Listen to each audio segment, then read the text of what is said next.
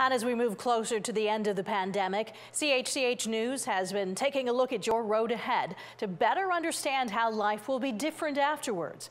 This week, Matt Ingram focuses on how the education system is changing.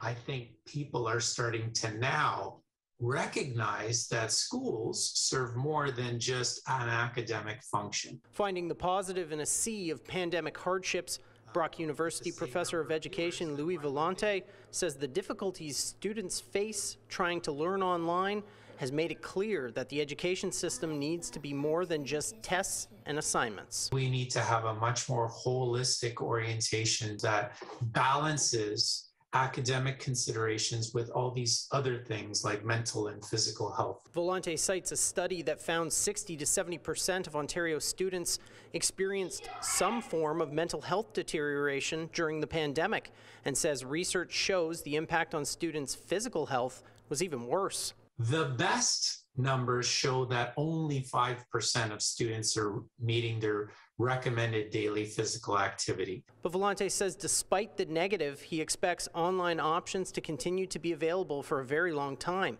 especially at the post-secondary level, because it was already trending that way before the pandemic. Many of these trends have just been really accelerated because of COVID. It's almost like they've been turbocharged. Hamilton Public School Board Chair Don Danko says online options will continue to be the right call for a small number of elementary and secondary students, and could be improved by creating ways for students to better connect with teachers.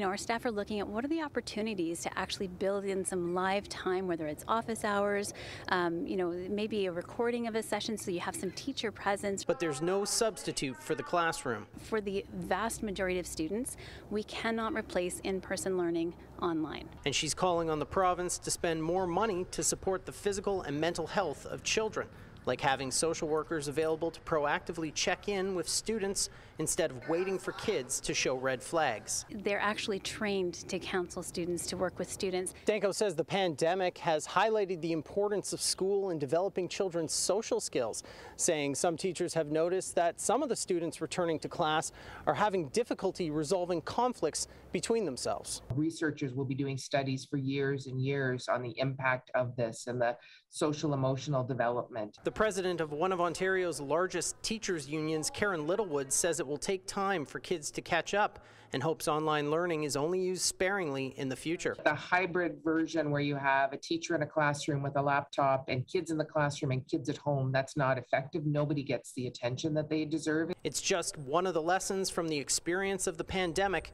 being used by educators to help chart your road ahead. Matt Ingram, CHCH News.